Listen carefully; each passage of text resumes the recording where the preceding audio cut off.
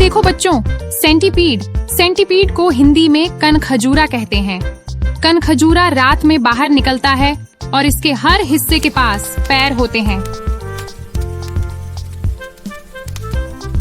ये देखो बच्चों, स्लग को हिंदी में बिना खोल वाला घोंघा कहते हैं। यह नमी पसंद करता है और मिट्टी तथा पौधों के नीचे छिपकर चलता है। ये देखो बच्चों, मॉनिटर लिजर्ड को हिंदी में गोह कहते हैं। गोह मजबूत पंजों वाली होती है और पेड़ तथा चट्टानों पर चढ़ने में सक्षम होती है। ये देखो बच्चों, कोमोडो ड्रैगन को हिंदी में कोमोडो ड्रैगन ही कहते हैं। ये बहुत बड़े आकार के होते हैं और सूंघकर अपने आसपास की चीजें पहचानते हैं। ये देखो बच्चों, गेको को हिंदी में घर छिपकली कहते हैं। घर छिपकली आवाज निकालकर एक दूसरे को संकेत देती है और रोशनी के पास रहती है। ये देखो बच्चों, वुडलाउस को हिंदी में गुबरैला कहते हैं। गुबरैला खतरा महसूस होने पर गोल होकर अपने शरीर को बचाता है।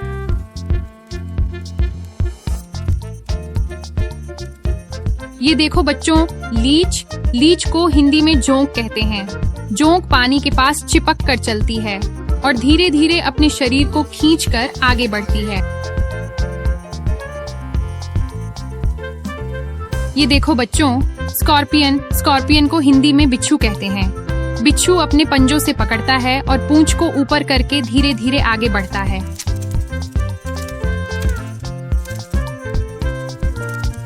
ये देखो बच्चों, स्पाइडर को हिंदी में मकड़ी कहते हैं। मकड़ी धागे जैसा मजबूत जाला बनाती है और वहीं पर अपना भोजन पकड़ती है।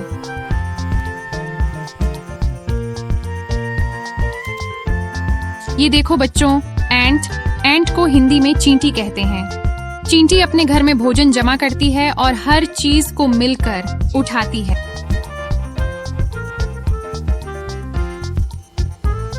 ये देखो बच्चों, टर्माइट को हिंदी में दीमक कहते हैं। दीमक मिट्टी और लकड़ी में सुरंग बनाकर रहती है और समूह में काम करती है।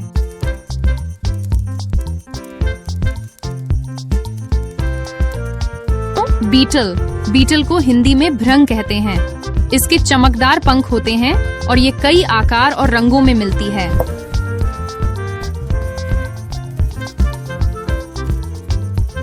ये देखो बच्चों, कॉकरोच को हिंदी में तिलचट्टा कहते हैं।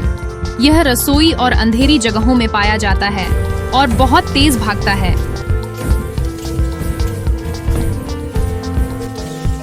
ये देखो बच्चों, क्रैब को हिंदी में केकड़ा कहते हैं। केकड़ा पानी और जमीन दोनों पर चल सकता है और इसके पंजे मजबूत होते हैं। ये देखो बच्चों, अर्थवर्म को हिंदी में केंचुआ कहते हैं। केंचुआ मिट्टी में छोटे छोटे रास्ते बनाता है जिससे हवा और पानी आसानी से गुजरता है। ये देखो बच्चों, स्नेल को हिंदी में घोंघा कहते हैं। घोंघा अपने चिपचिपे रास्ते पर फिसलकर आगे बढ़ता है और सूखे में धीरे चलता है। ये देखो बच्चों, लिजर्ड को हिंदी में छिपकली कहते हैं। छिपकली दीवार पर संतुलन बनाकर चलती है और अपनी पूंछ काटकर बच निकल सकती है।